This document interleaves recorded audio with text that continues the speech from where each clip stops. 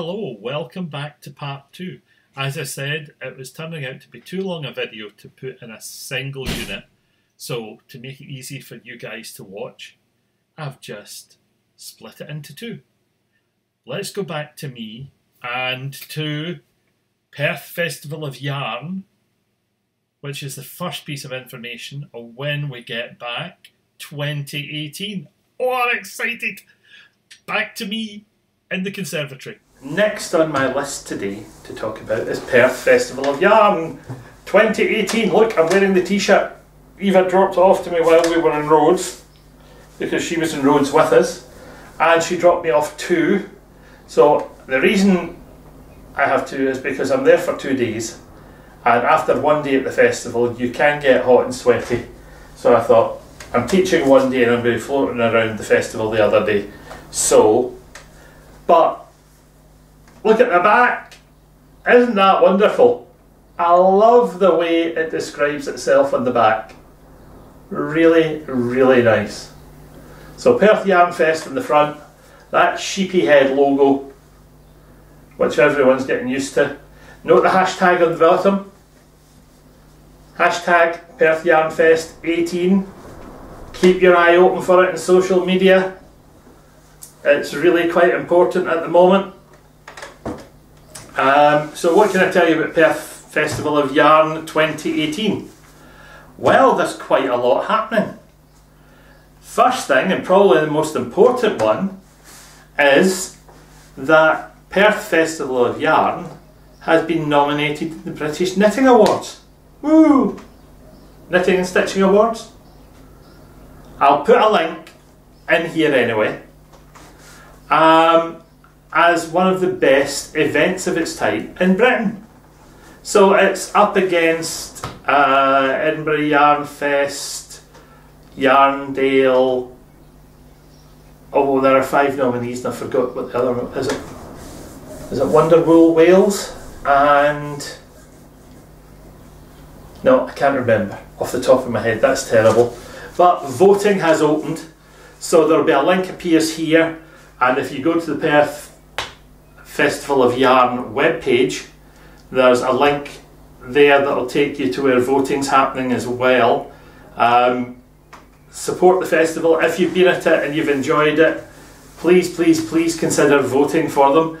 My friends at Wool for You have been nominated in the local yarn store category, which is absolutely wonderful. I have been on and I have cast my votes because there's lots of different categories. So hopefully we might get some good news for the festival later in the summer.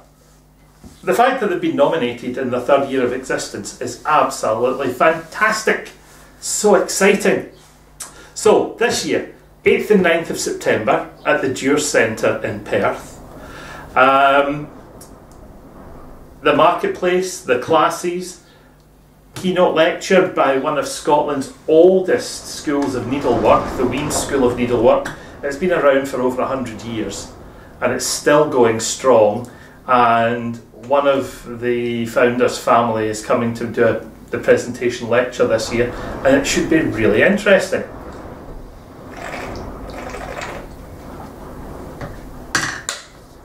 If you're coming to the festival, you're going to have a great time anyway. There are over 70 vendors this year, which is an increase on last year again. It's a 2-day festival instead of 1 day. You might need 2 days to get round them all properly.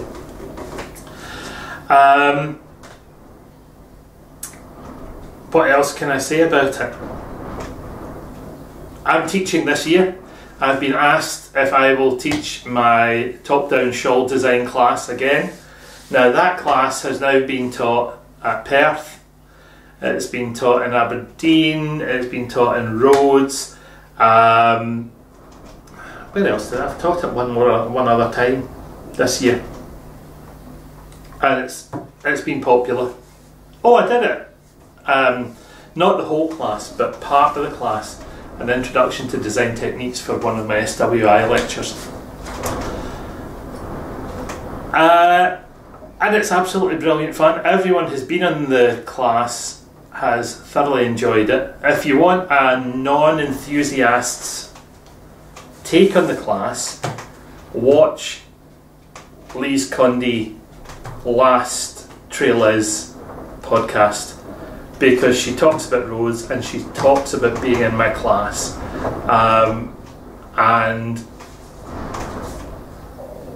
I have to say, when I listened to her description of the class and working with me, my head swelled up a little bit, because she's quite complimentary, and everyone who was in that class really engaged, and everyone who has taken the class has gone away with ideas that they've managed to convert into something for themselves. So it's doing what it says on the packet. It's taking a top-down look at who, what, where, why, when, and how designs come into being. Having taught design for 20 plus years, that's not difficult. So that's me. I'm teaching, I think I'm teaching on the Saturday afternoon. So I'll be there in the Saturday morning, grab some lunch, and then I'm teaching in the afternoon, and I'm teaching in the Station Hotel in Perth, which is just a 5-minute drive from the Dewar Centre, 10-minute walk maybe.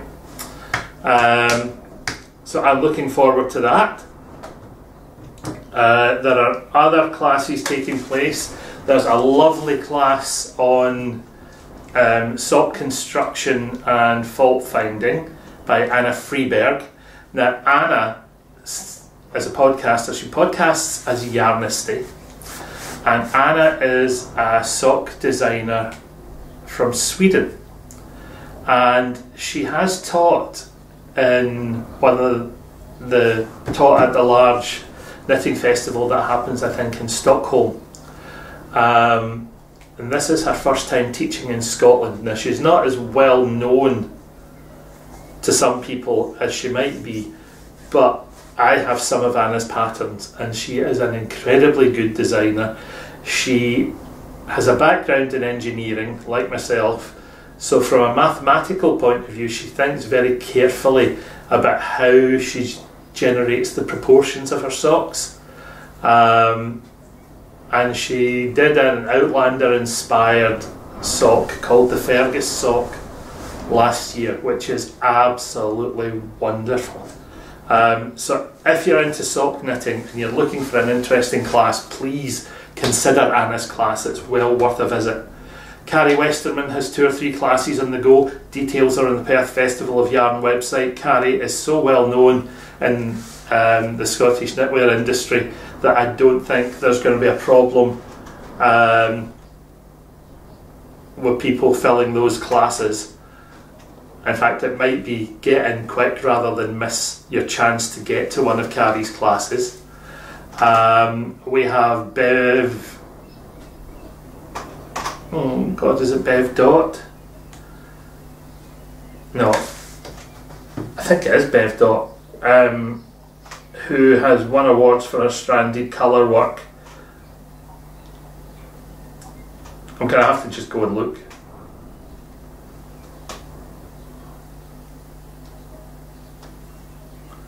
That's the easiest way to do it. Tutors. Right, so we've got Carrie Westerman. 2 classes, Knitting the Landscape, Lace Traditions, 3 classes, and Get Published. All really interesting. Ellie of Skendia Knits, adapt your garments to fit. So she's talking about how to personalise patterns to suit your body shape. Janice Anderson is going to be teaching classes in Brioche Basics, which is good. Beverly Dot, I was right. Fair Isle and Steeking. Myself for Design Your Own Shawl. A young friend of mine who has works in the videography business, and was talking to me earlier in the year at a presentation he did on a movie that he's been involved in, which is a biopic about Kevin Smith called Shooting Clerks. Dale and his brother were both on the cast and crew of that movie, and I spent a fascinating weekend viewing the movie prior to release and attending a videography workshop, and it was fascinating. His workshop was absolutely wonderful to attend, and I thought there are so many people podcasting, or so many people crafting and producing little bits of video and things to support what they do, that something like that might make an interesting class for some people. And Dale happens to be available that weekend. Eva has been in touch with him, and there's a videography for textile arts and podcasters running on the Sunday from 10 till 1, which should be absolutely fantastic. Anna Freeberg's class is there, and really that's 1, 2, 3, 4, 5, 6 really interesting tutors. Massively mixed bag of classes from beginner to expert. So I would say please think about coming along and taking one of the classes. They're going to be really good fun. But the festival, running for 2 days, also has some light social events. On the Friday night before the festival, there's a gin tasting event, of all things, which I am really looking forward to, because I do like a little bit of gin occasionally. It doesn't always like me, but I enjoy it. So that's on the Friday night. Tickets available on the website. On the Saturday night, there's an evening social event, which is a dinner, natter, whatever you fancy night, being held in the Station Hotel in Perth. And unlike other events of its type, there is a menu planned in advance, and when you go to the book on the website, the menu is there. You can make your menu choices when you book your ticket, and it guarantees that the food that you've asked for will be there waiting for you on that night when you get there. Now Eva, being Eva, has arranged that the ticket also includes half a bottle of wine along with your meal. So a meal and 2 or 3 glasses of wine is going to make for an absolutely relaxed and fun evening for all. So well done, Eva, and getting a really competitive price for us. I know Janet and I are planning to be at that, along with a pile of the vendors and I think most of the tutors. So I'm really looking forward to that. I'm not staying in the Station Hotel myself this year. I'm staying at a hotel just around the corner. But it's within simple walking distance, and that's going to be great fun. I'm really looking forward to that. Ticket sales for the festival opened in April, and they've been ticking over week on week on week, and that's good news. Now, the last bit, I have been toying with the idea of trying to get as many folk from Caithness a chance to get to the festival as possible, because not everybody wants to do a sort of 4-hour drive south, walk around a festival for 4 or 5 hours, and then a 4 or 5 hour drive north. It's a 12-hour day at least, if not longer. And if you plan it for a day that you actually want to fit in a class as well, you know, you're getting maybe 3 hours at the festival, 3 hours in a class. And by the end of that, by the time you fitted in something to eat and you're driving all the way back to Caithness again, you're going to be absolutely exhausted. So I am about to make contact with Dunnett's Coaches and try and work out a price for tickets to take a bus departing from Caithness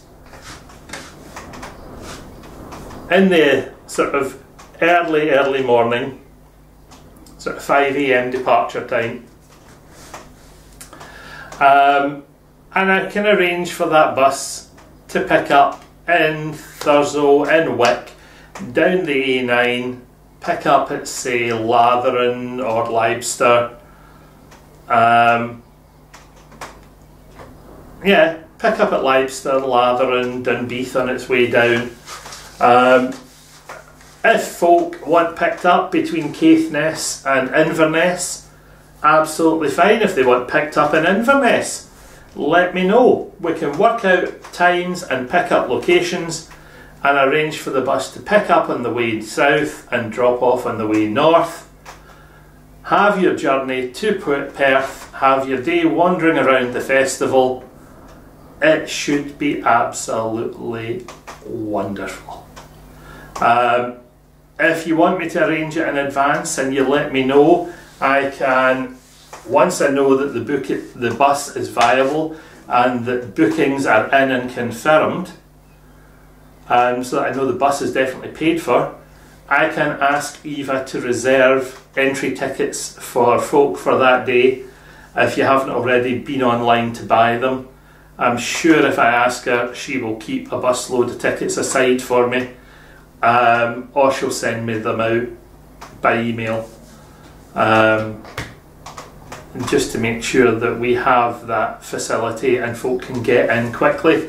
Since I'm going to be there both days, I'll volunteer to meet the bus when it arrives, bid you all a hearty welcome to the festival, get you in, get you organised, and then I'm going off to do whatever I'm planning for the day, and I will arrange to meet you at the end of the day, as long as it's not my teaching day. I might be busy if it's my teaching day, and bid you a fond farewell before you head north again. So if you're interested, my email address will have been on the bottom of the screen while I've been saying that. It'll be info@beardychiel.uk. Please drop me an email saying you're interested in a bus from Caithness or anywhere between Caithness, Inverness and Perth. As long as it's a pickup on the A9 somewhere, A9, A96, A96, no, A99 I think. Yeah, I think it's the 99 from Wick down to Latheron. We will arrange to make the pickups. I know that that is the weekend of the SWRI conference, which is also in Perth.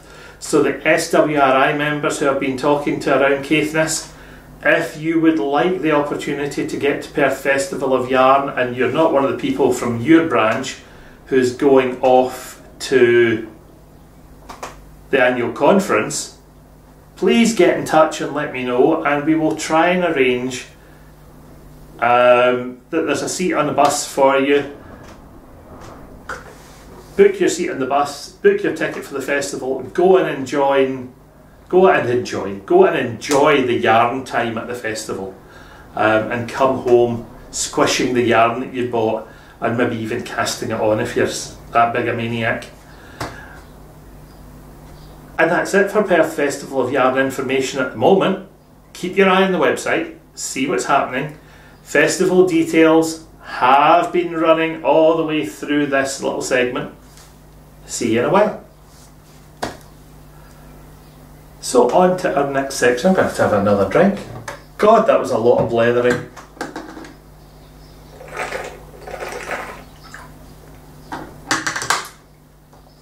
Next thing on my pad is Rhodes. The retreat to Rhodes was absolutely stunning fun. You've heard a little bit about the marketplace. I filmed a massive amount of video and took a lot of stills. So there's probably half an hour, 45 minutes worth of information. It's too much to build in a standard podcast.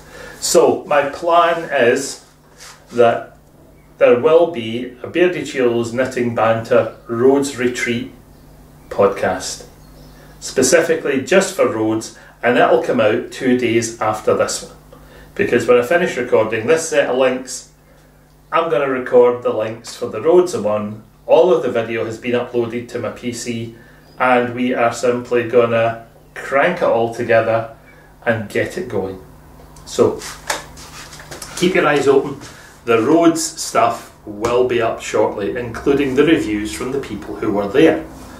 The folk who were there were an amazing bunch. I had a wonderful time with them that week.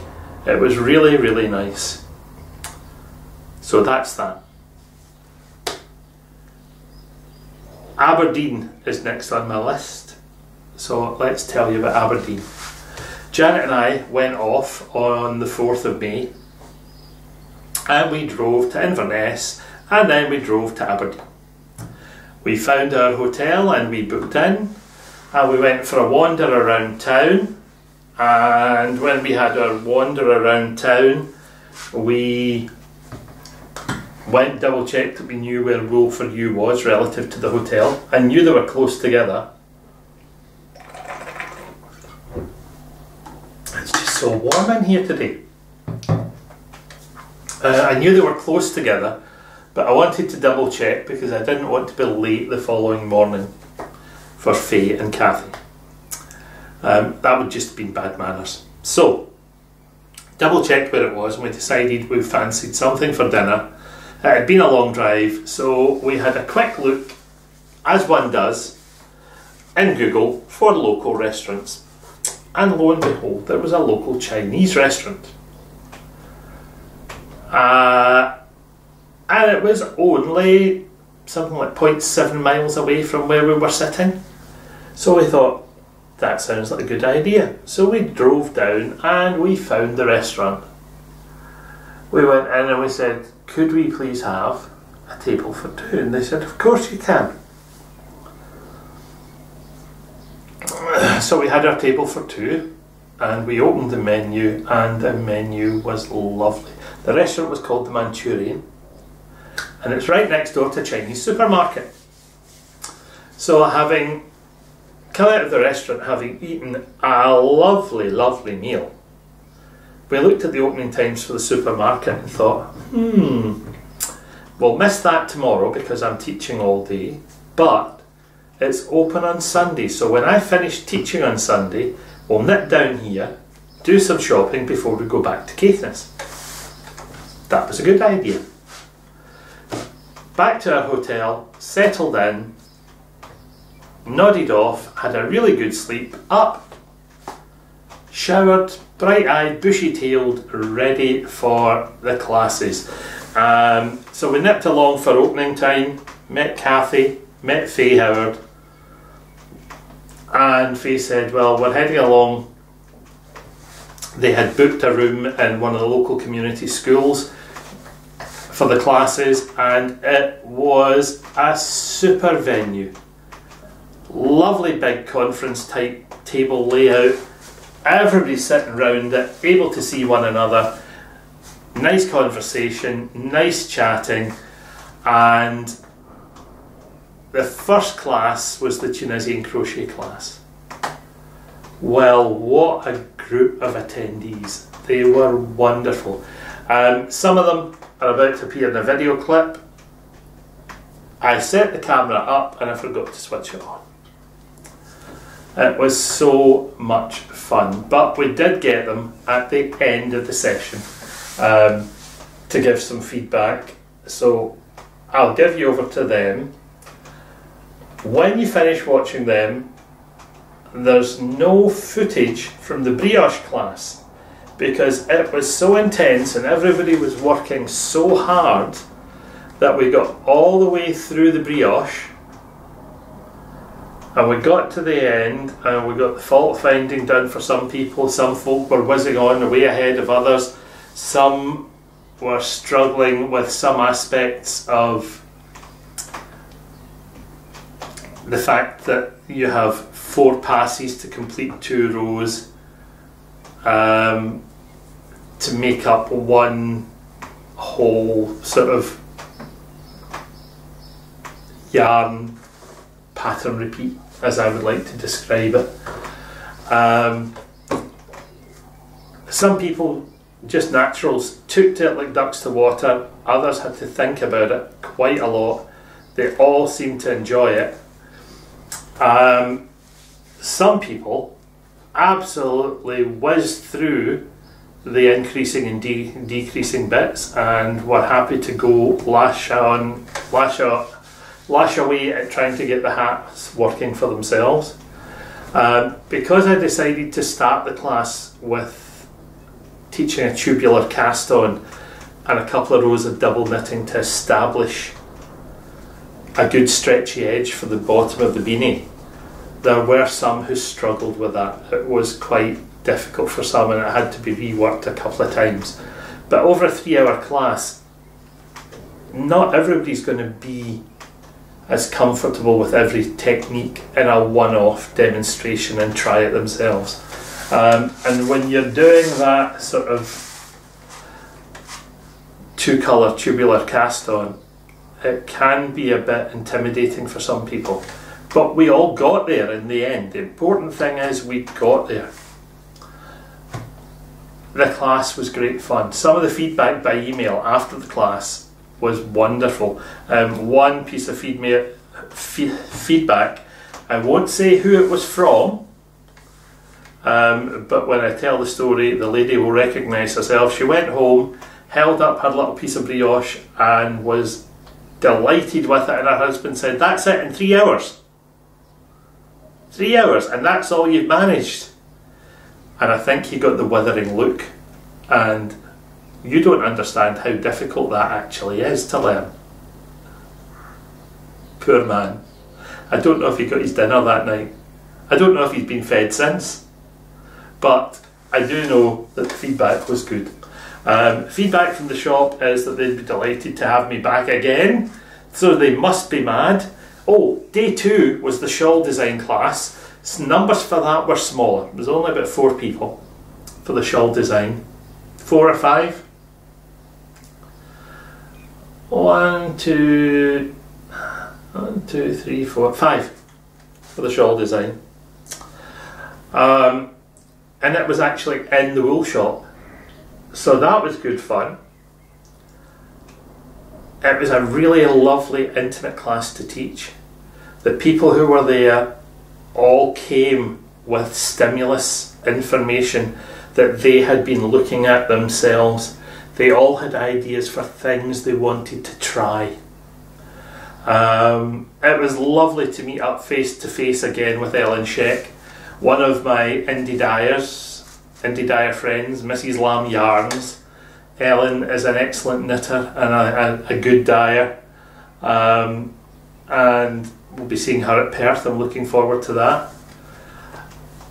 And to meet Ellen in the shawl design class. Oh, one bit I missed out. In the brioche class, I had someone turned up for the brioche class in the afternoon, and I almost fell off my seat. A young girl called Kate Clark. I say a young girl, she's in her early to mid 20s nowadays. She's a staff nurse at Aberdeen Royal Infirmary, and I was her guidance teacher. I was the guidance teacher for her entire family as they went through Thurso High School, and I worked with Kate there and at Thurso Players.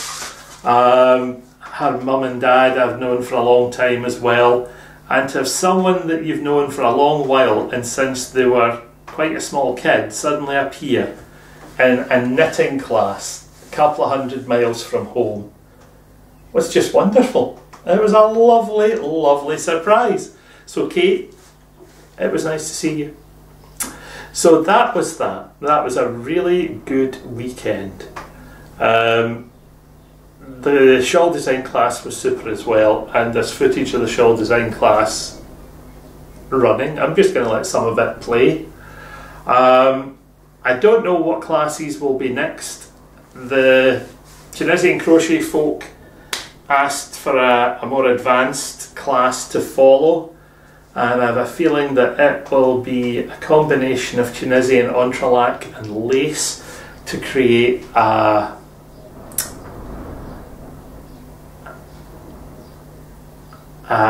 blanket or a throw for your knees.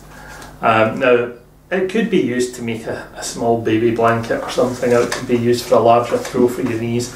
what I'll do is I'm going to put in a range of techniques again and let people learn the techniques and then decide which motif to put into which section of the entrelac that they then build. And that'll be nice. That'll be a nice fun class to work on. I didn't actually put in any Tunisian crochet colour changing work, which maybe I should have done, because colour changes are a nice easy thing to work and you get some really nice effects with colour changes where the transitions actually happen. So that's maybe something to watch for the next batch as well.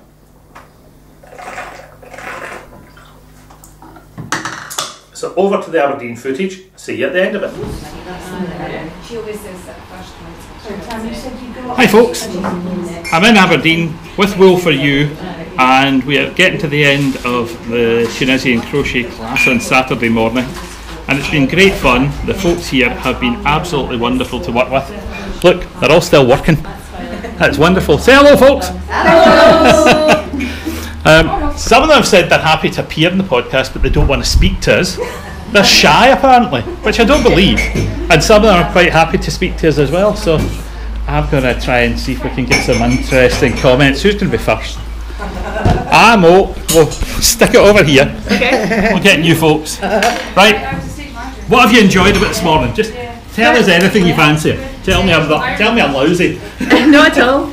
Catching up with someone from the West Coast for one thing, and learning new craft. It's great. Yeah, addicted already. Enough different stitches in the introductory class, do you think? Absolutely, yes. Yeah. The 3 hours seems to have gone fast for me. I know, I'm same. 6 stitches, you keep adding in more techniques, which is just growing the toolbox. Yeah. It's great. Yeah. Well, that's good, as long as you've enjoyed it. Yeah, it's great. Now, what's the plan for the end of this? Is it the notions pouch from the pattern to start with? Or no, I've got baby blankets to make for friends who are having babies, so I'm going to use the Tunisian crochet to either interlac or make squares and do it, because it grows so quickly. It's lovely. It is nice. And I like the different textures as well, so it's quite nice feeling that for a baby. And you get a a really funky hook. Yeah. And it's like, I mean, I love knitting and I love crocheting, so to combine the two is great. Yeah. It's wonderful. Yeah. No, that's something that I enjoyed about it myself as well. Yeah. It's really funny, because when I first looked at Tunisian crochet, I was like, as a traditional crochet knitter, I was like, how do you do this? At what point do you turn it round? And you've taught it so well, and I'm now looking going, how did I not realise how to do this? So you've really done your job. That's all right. Well. That's really good. Yeah, well, as long as there's enough there for you. The pattern is just a fun pattern for a notions pouch, so do have fun with it. I'm going to do that and have a practice of the stitches. It was a really good fun class. Yeah. So. Good. Thank you very much. And the folk at that end are all working so quietly. Look, we've got entrelac going. Entrelac wasn't in the syllabus for today, but they've just gone for it. What a wonderful back. Yeah, there is a pile sitting on the table. What can I say? But look, there's a notions pouch on the go over there. Susan's working hard. And Jill's the same. Yeah, notions pouch time. It'll be fine, yeah. By bedtime tonight, it'll be fine. I find with mine that I have to sew them up, and I lay them flat. I stick a towel over them, and I let steam from the iron go through, but I don't actually press them. You know, I just steam them a little, and it just stops the curl that little bit. Okay, so that is normal. Yeah, that is completely normal. Okay, thank you. And Edith's another one who's gone entrelac mad. God help us. You've forgotten the amazing conversations as well. Oh, the conversation this morning, we've been everywhere from Dalai Lama. The Dalai Lama and attitudes to veganism, grey fibre in the water course. Treating sheep's wool. Treating sheep's wool, yeah. Well, it's been good because we've avoided all the things which are normally contentious. We've not touched on politics. We've not touched on local councils. Yet. We'll do that once the camera's gone. I'll see you all in the afternoon with the brioche class. Followed by acrylic. Wow. And then bamboo, because that's viscose. And everybody says bamboo is absolutely wonderful, but it's the same viscose cellulose type product that they used to make rayon in the 1930s to replace silk. when the Chinese silk market closed because the first of the cultural revolutions was happening and there was an embargo on selling silk to foreigners in the early 1930s. That's why in America they developed rayon, because silk stockings they still wanted something that could sell as stockings. So the chemists produced rayon from wood pulp, and that's the process that they still use for bamboo and a pile of others. Wow. And it's really, the chemical residues are hellish for the environment. The carbon footprint, as you say, is high. The lowest carbon footprint of any of the fibres that you get to work with is cotton. It's lower than sheep. Is it? Sheep have a nasty eco byproduct, the same as cows, in as much as they produce methane, because they fart, and that's not so good for the environment. But it's better than some of the oil-based derivatives. But when they break down and they become sort of microfibres in water, there's a massive amount of marine life. There are species just about dying out because of the amount of what they call grey fibre suspended in the oceans. And it's coming from our synthetic clothing, not necessarily from yarns, but from our polyester and cotton shirts and everything else that we buy. I think that Attenborough series did an amazing thing for it. People have really taken stock of it, I think. People are thinking, it's amazing the damage we're doing to our world, the ocean. I mean, it's awful when you see it. It's scary. I didn't realise the other day there was a bit of Stella McCartney on news, I think. It wasn't a specific programme, but it was exactly talking about that, the carbon footprint of the textile industry. And is it the second most polluting industry in the world? Yeah. You know, you think of it as, you know, oil production or whatever, but you know, she was saying we've got to rethink this because it's doing so much damage. When you get to the processing for cotton, linen, wool, alpaca, yak, whatever, they all have the same carbon footprint for manufacturing through processing up to the spinning stage.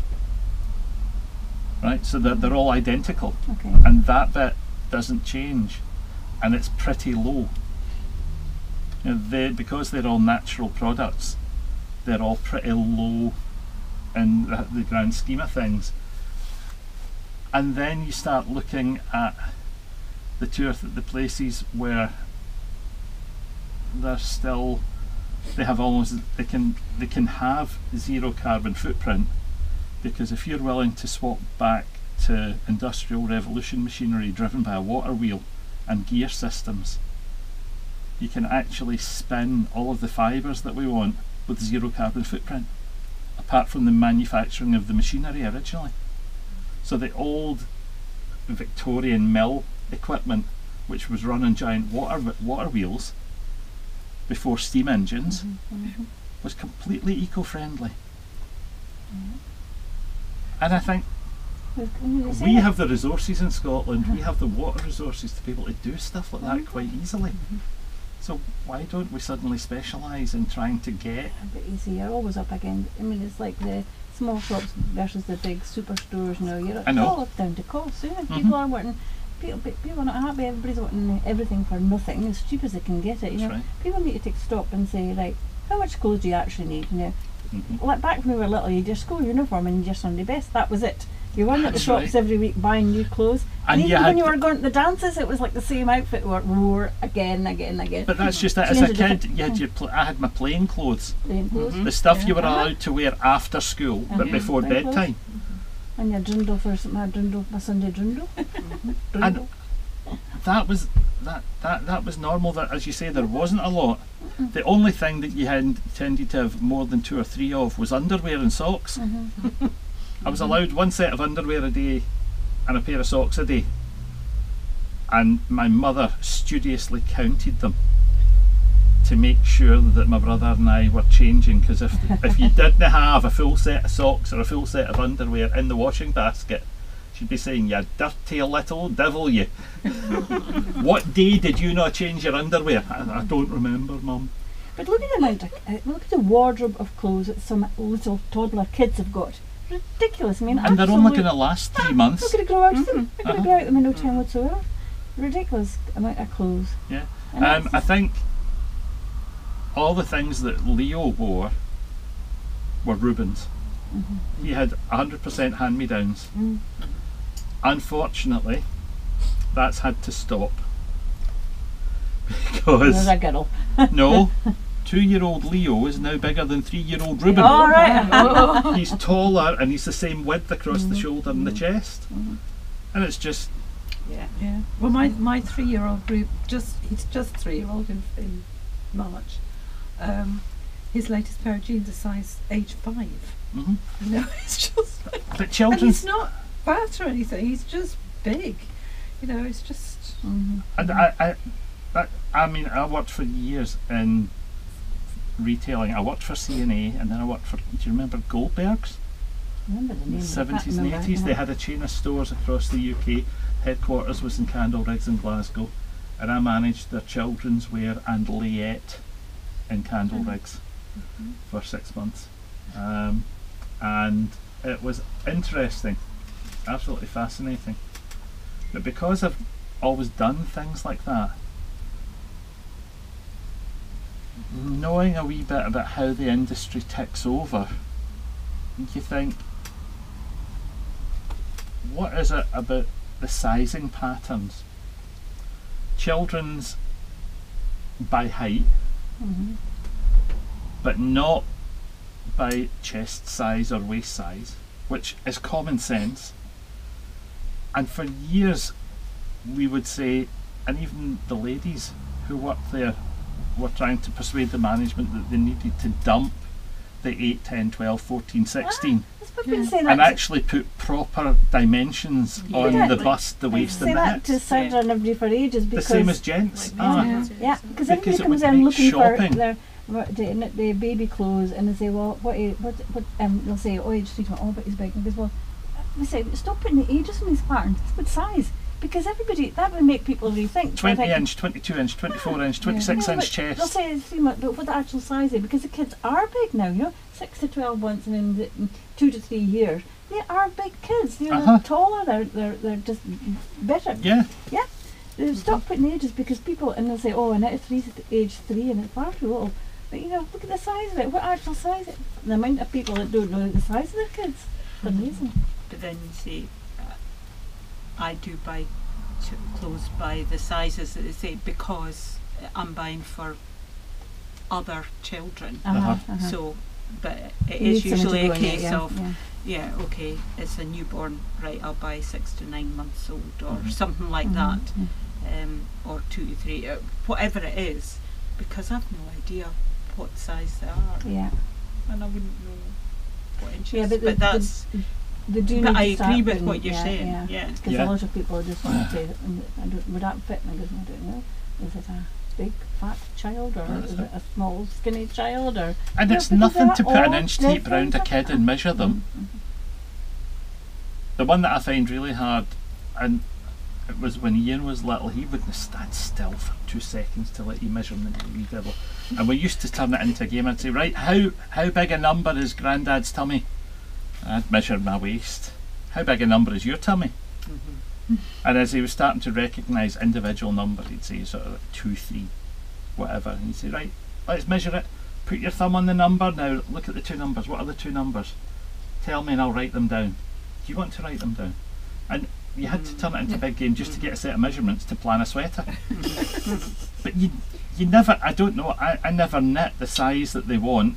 I'm knitting sort of 4 inches bigger in the chest and 2-3 inches longer in the body and a wee bit longer in the sleeves, because I know that in 6 months' time he's going to grow into it, or it's going in the bin. But long past ago in the days, like when I was young as a 6 actually, so all my clothes were practically hand-me-downs. But if you ever did get the chance to get something new, it was bought for you could still fit it in about 10 years time. That's right. The waist was rolled up. And my first school blazer, the sleeves came. You had to grow into everything. And it was jaggy navy blue wool, and you had to stand like that because where does it came out of? I always remember the shop because it had the old cash containers with the string pull. D&M Hoys in Glasgow. Hoy and Morton's was the original company name, and you used to go into the shop, and I remember getting taken in for my blazer, and I remember getting taken in for a snake belt. Do you remember snake belts?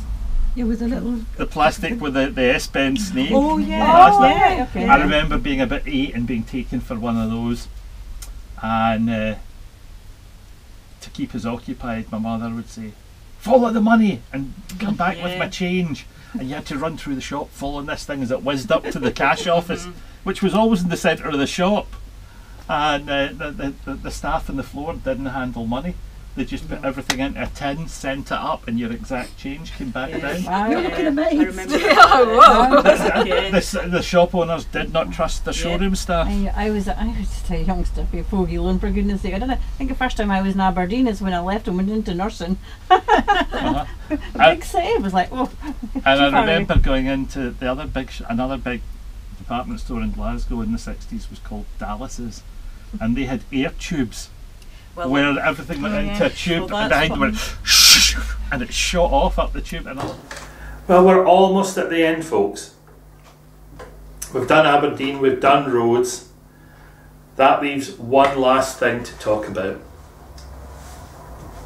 You know that I took delivery of a large amount of fleece last year, and you know that that large amount of fleece was too much to process by hand, so I said, I'm going to send some of it away. And the first batch went off at the beginning of April and came back just as I came back from Aberdeen. So it was time for it to get out of its box, be skeined up, have some bands stuck on it, and the first batch of Caithness Croft Yarn is now ready to go. There's not a massive amount in the first batch. This isn't all, this is just some of it sitting in front of me. What have I got? I've got 2, 4, 6, 8, 10, I'll get 11 or 12 skeins sitting in front of me.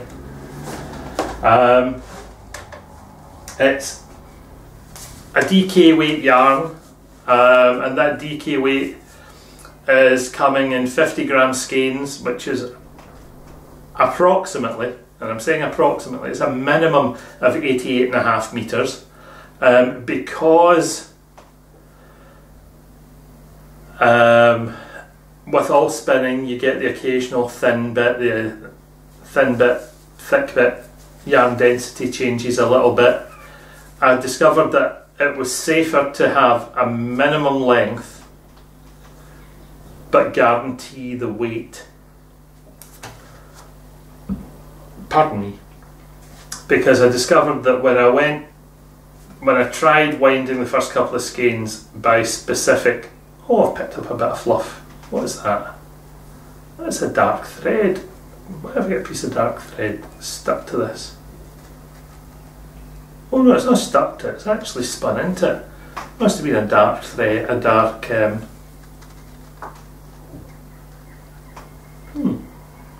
It's like a dark hair. A short dark hair in amongst it. No, it is literally just one little dark hair, no matter. I discovered that if I tried to do it specifically by length, then I got little variations in weight, up to 2 or 3 grams at times, and that, I wasn't happy with that, that worried me. So I changed the way I was winding it, because it came in giant cones, and I've just wound it from cones back into skeins. So what did I do? I put the cone onto a digital scale, connected one end to my Swift, and I started turning until the weight on the scale had reduced by 50 grams.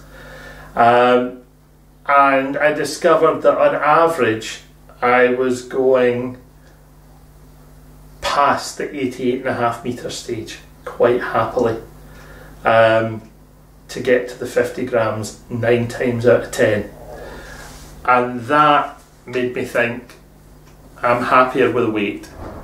Why was I winding 50 grams? Because I was getting samples ready for sending out for evaluation, and as I was winding them I was thinking about sending the evaluation skeins out, and I thought, do you know something, I quite like the way that feels. I wonder, are people going to want 100 gram skeins? Are they going to want 50 gram skeins? What's going to be the best way to do this? And I couldn't decide. And I was talking to some of my friends, and they said, as long as the price for 100 is the same as 250s, it doesn't matter whether I buy 250s or one at 100. If I just want to test something, I sometimes grudge buying 100 if I just want 50 grams to test. So I thought, for this first batch, we'll go with 50 grams. So as I say, it's a DK weight, the first batch. It's 50 gram skeins. There's only one colour, and it's the natural, straight off the beast. So it's sheep coloured. It's 50% Suffolk, 50% Beltex. It's a nice yarn. I knitted some up. I wanted a tension square. I wanted to see how it would actually knit. So it knits 18 stitches, 24 rows to 10 centimetres by 10 centimetres, which is pretty average for DK. Nothing too outlandish. You know, because I've taken this to Rhodes and back, yeah, I have to say, the launch for Caithness Croft Yarns is happening today. When I finish this, Caithness Croft Yarns will be being photographed, going on the website, going on Instagram, and it will be available there for the first time to the general public.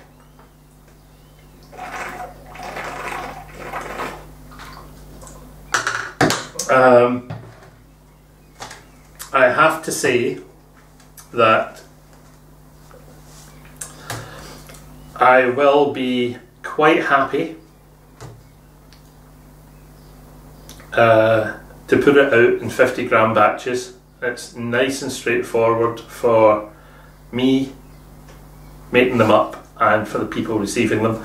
I made the bands big enough that they could take 50 or 100. I haven't made the bands incredibly wide. I've gone for a really simple black on white test print.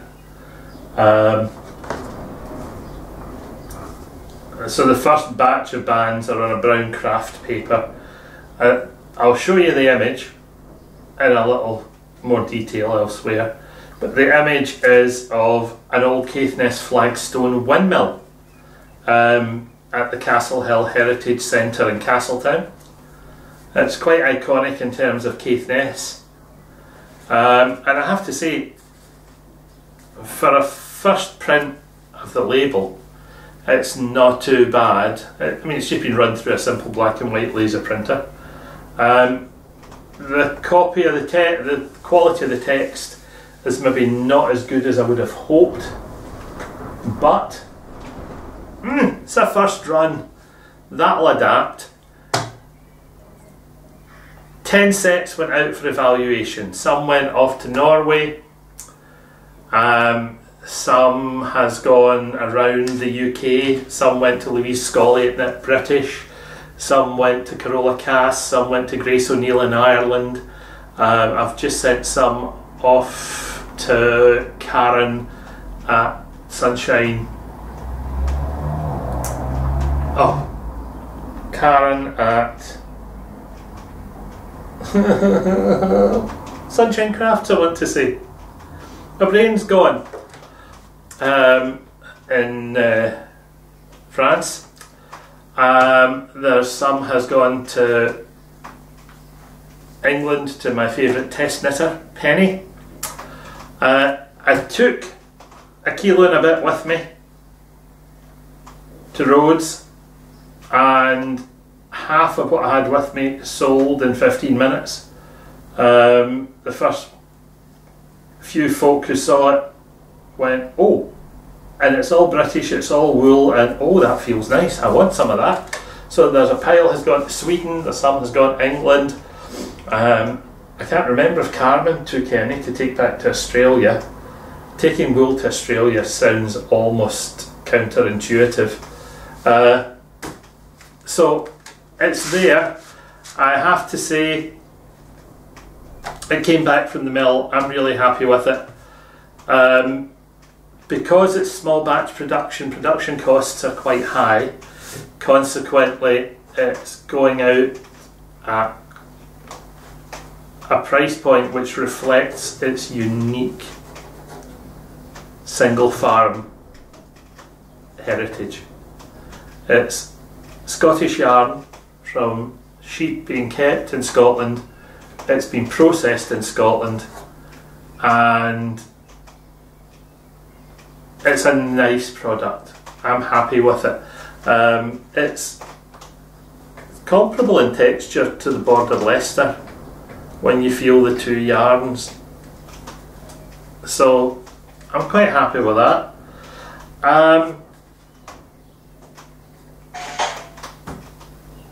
Price point.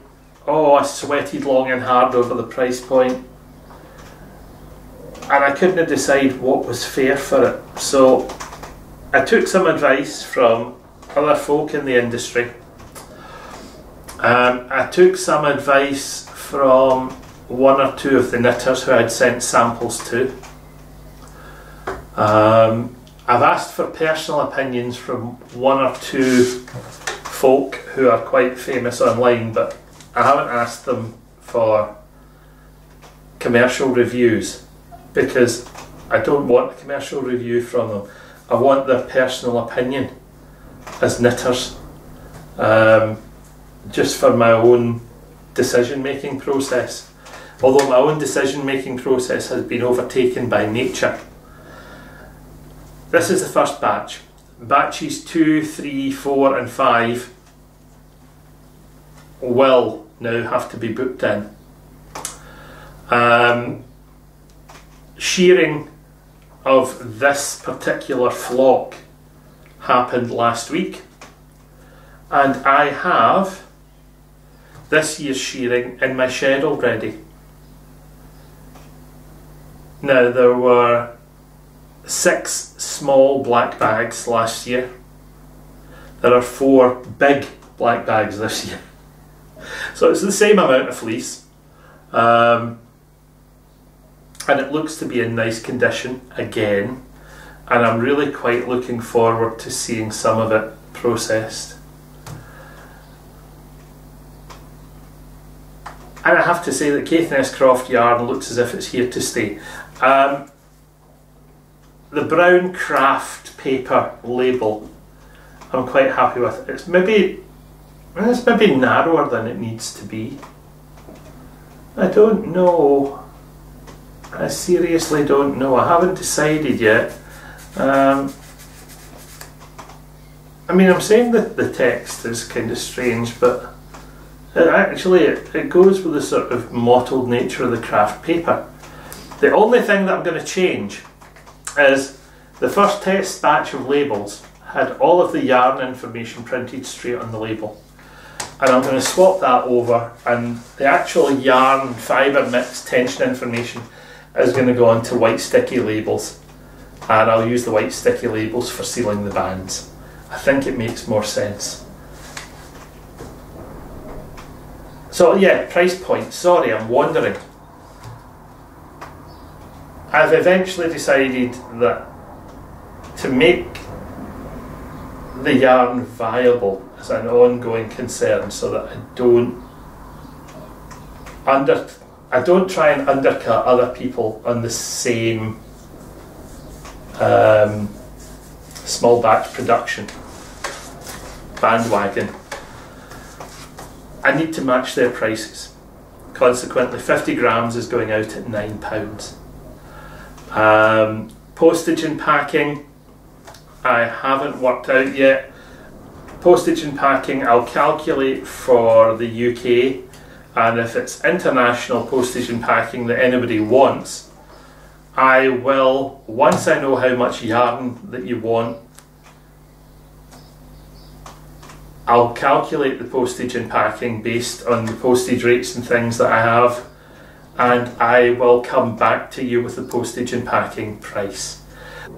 I sent 100 grams of yarn off to Europe yesterday, and it cost me, postage excluding packing, £3.85. So sort of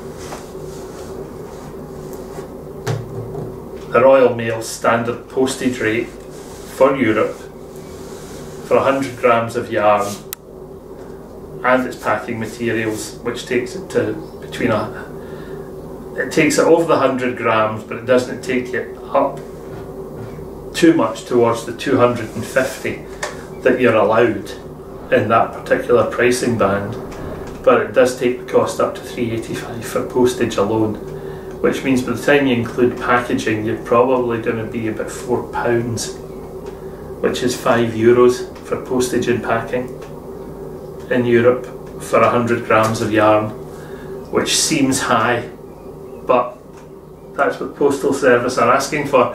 I haven't finished checking with small parcel couriers, and if I can get a better rate from some of the small parcel couriers, I might swap to that type of service to try and bring the pricing down.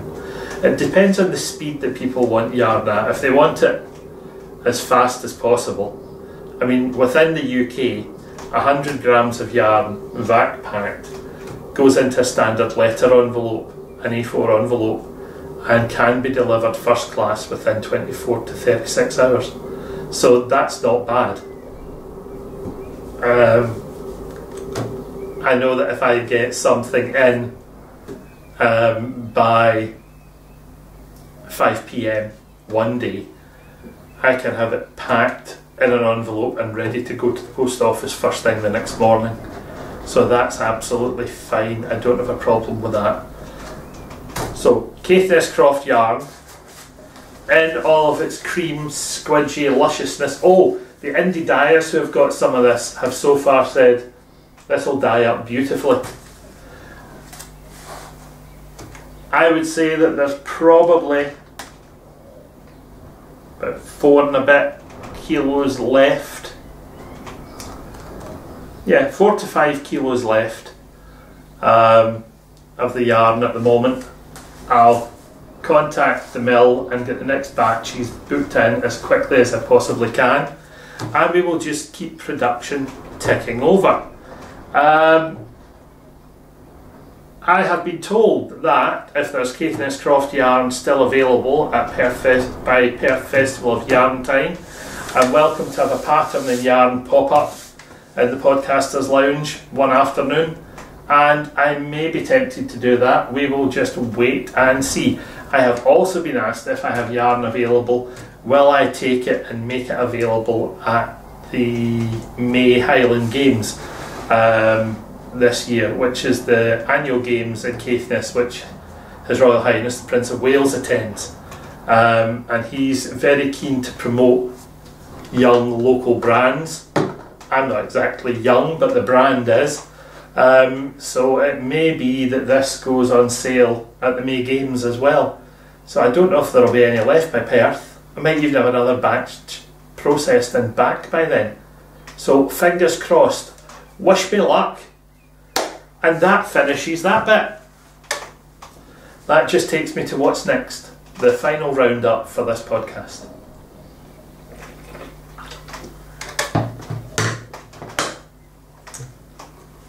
Well, what's next?